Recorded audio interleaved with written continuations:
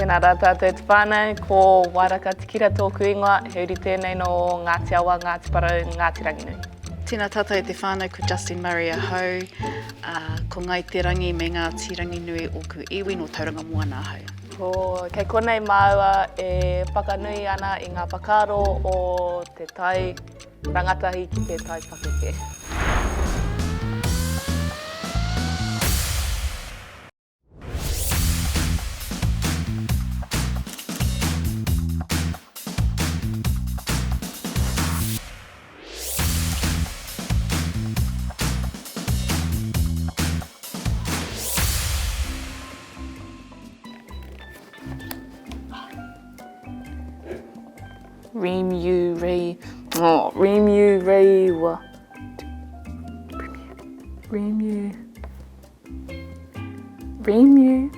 Remu rewa. Something rewa. Remuera. Oh. Orewa. Orewa.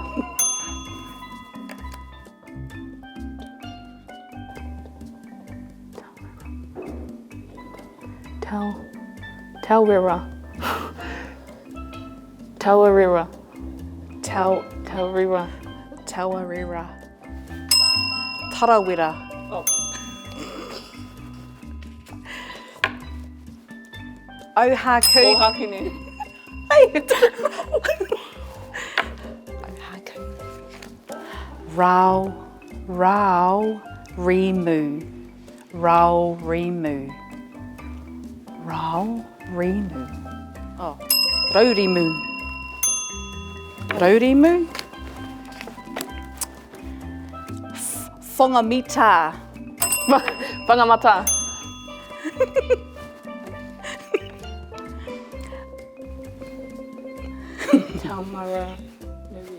Taumaru nui. Otaki. Parangahoi. Parangahoi. Parangahoi. Oh, parangaho? No. Purangahau. Oh, porangahau. Mangere. Tokomaru Bay. Oh, Tokomaru Bay. Taiara Rowa. Taiararoa. Tararua? No, Tiararoa. Oh. Oh, nā, whakamai tērā. Paingaroa. Oh, Pairoa. Oh. Pairawa. Whakatani.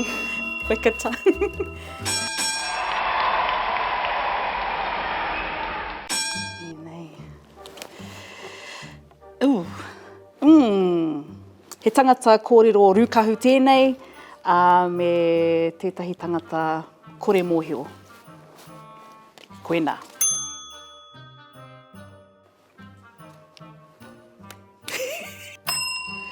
Haurangi.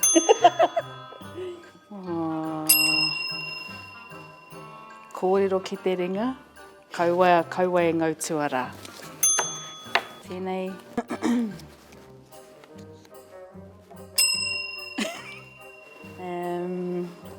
Ka nui tana aroha mōna, engari kāre ia I te tino rata ki aia.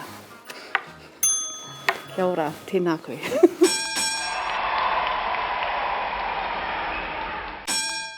What's the appropriate age for a tāne to sit on the paipai?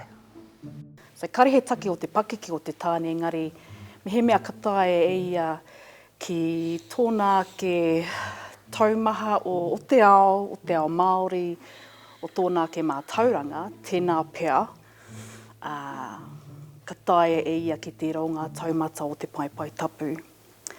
Engari, kei te kite tātou ai, he ahua rangatahi e tahi o ngā kai kōrero, ki au nei nā tā rātou kraua, nā tā rātou hapu me ki i tautoko ngia e rātou ki aia. Hara i te mea ko te pakeke,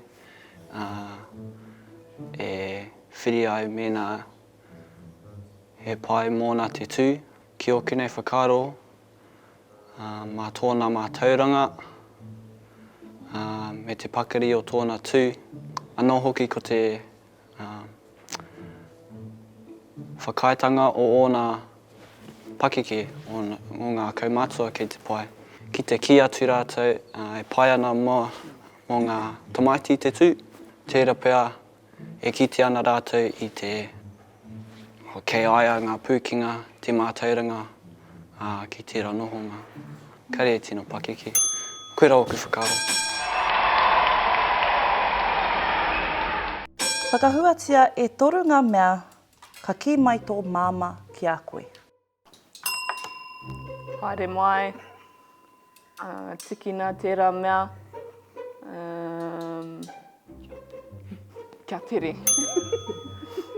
Name 3 excuses for missing school. No te whare wānanga, koe tētahi tauira i te whare wānanga o Awanuiarangi, he mahi, he tangihanga, he hui marae. Name 3 jobs in the wharekai. Reihi. Tunu kai. Mahi kaputi. Hoko kai, kōrero ki te tangata e kohi ana i te koha, me kōrero ki ngā tāne kia tapahi te meeting. Name 3 jobs your nan or koro makes you do.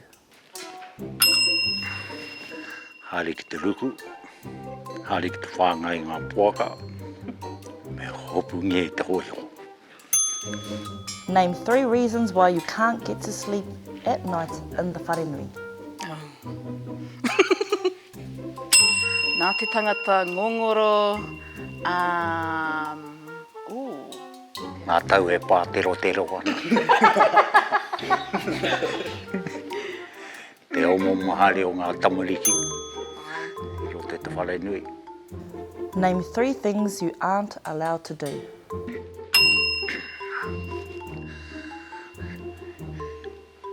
Whānako,